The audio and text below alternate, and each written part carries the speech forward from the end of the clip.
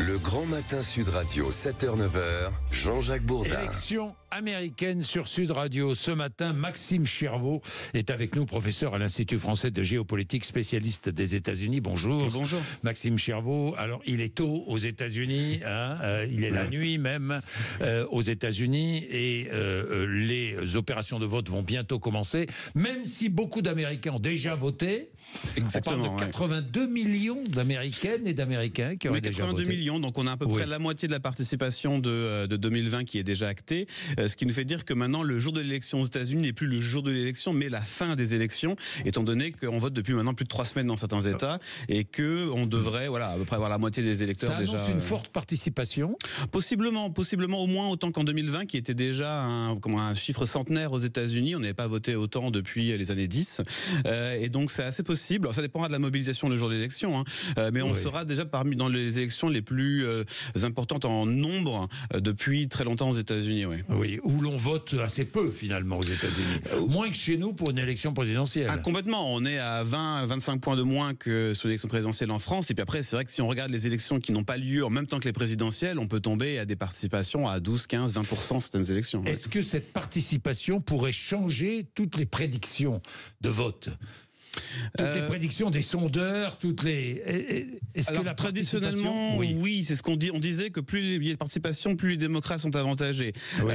Comme souvent les électeurs qui ne vont pas participer sont à la fois des électeurs issus des minorités, de la classe moyenne voire populaire, mais également des électeurs plus ruraux de la classe moyenne, cette fois populaire blanche cette fois-ci, ça a double tranchant, c'est-à-dire que ça peut avantager l'un comme l'autre des candidats cette année. Oui, c'est très serré, tout le monde le dit, tous les sondages. Je ne vais pas vous demander qui va gagner. Je n'aurais pas de réponse à vous apporter. C'est une question stupide. C'est une question complètement stupide. Alors, si Trump perd, il perd tout. C'est là, il perd tout, et même peut-être sa liberté. Disons que s'il gagne, en tout cas, tous les procès sont en suspens ou voire annulés pendant un certain temps. Alors que si jamais il perd les élections, il y a un certain nombre de procès qui vont reprendre assez rapidement dès le mois de novembre, je crois pour certains, et donc toutes les affaires en cours vont continuer. Oui. Toutes les affaires en cours vont continuer. Bien, on ne va pas connaître le résultat demain matin, franchement. Le résultat définitif. Si l'un des deux candidats gagne assez largement, on pourrait le savoir demain dans la journée. Il faudrait en fait seulement que la Pennsylvanie ne soit pas l'État clé. Si c'est la Pennsylvanie qui décide, on peut encore, comme en 2020, attendre jusqu'à vendredi après-midi. Si la Pennsylvanie ne permet pas à l'un ou l'autre de gagner parce que le reste des États s'est allié dans un sens ou dans l'autre, on pourrait savoir d'ici demain soir. La Géorgie, ou jeudi matin, la Géorgie, si elle se décide assez rapidement, il compte en général assez rapidement. En Arizona, pareil. Tant que les marges de gains, en fait, de victoire ne sont pas dans le millier de voix ou les quelques milliers de voix, on pourrait avoir une réponse assez rapidement. Oui, chaque comté a 5 semaines pour donner ses résultats officiels, c'est cela. Et pour certifier les résultats officiels. Voilà, exactement. 5 semaines, oui. Mais en 2020, ce qui avait vraiment traîné, c'était, hormis quelques élections législatives en Californie ou autres, où en fait les électeurs américains peuvent déposer leur bulletin de vote à la poste jusqu'au soir même de l'élection. Donc cela n'arrive que dans les jours qui arrivent et qui suivent l'élection. Oui. Et c'est le cas également en Pennsylvanie. Donc tant qu'on n'a pas une élection qui se joue dans le millier de voix, et donc on a besoin d'attendre ces derniers bulletins qui arrivent par la poste dans les jours qui viennent, on pourrait avoir une élection qui soit décidée dans la soirée demain. Dites-moi, aux États-Unis, aller voter, c'est un effort. C'est pas comme en France où on glisse un bulletin, ça dure 2 secondes. Non, aux États-Unis, c'est pas du tout ça. Non, complètement.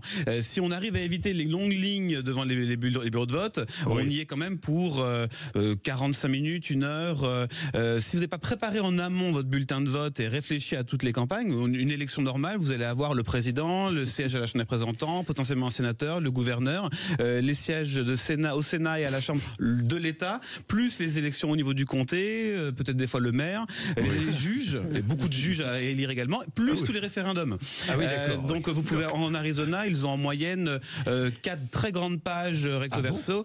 4 pages plutôt. Il faut cocher. Et il faut cocher à chaque fois. Donc beaucoup d'électeurs, et c'est ça qu'on voit, vont perdre l'intérêt au fur et à mesure. Donc on voit souvent un décrochage d'une élection à une autre où on perd à chaque fois quelques milliers d'électeurs qui ne descendent pas plus bas.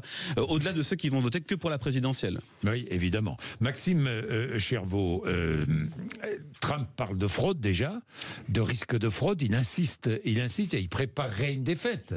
en disant cela ou pas? Oui. Pourquoi est-ce qu'il insiste tant sur le risque de fraude?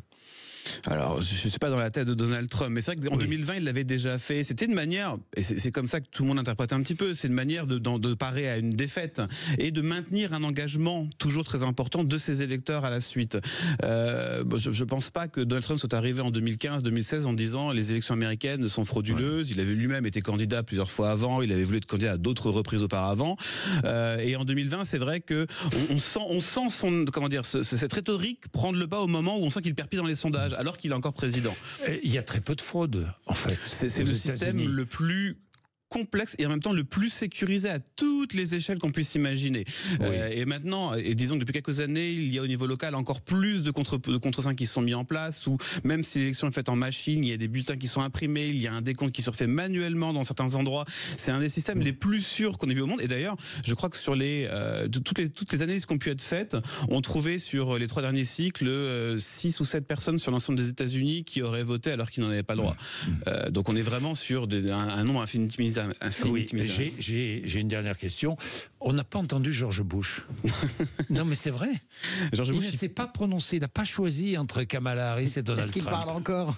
Il parle plus vraiment politique. Il fait des discours, il fait de la peinture, beaucoup, depuis son ranch dans le Texas, et sa peinture se vend correctement, apparemment d'ailleurs. Ah bon? Oui, il a des expositions dans des galeries.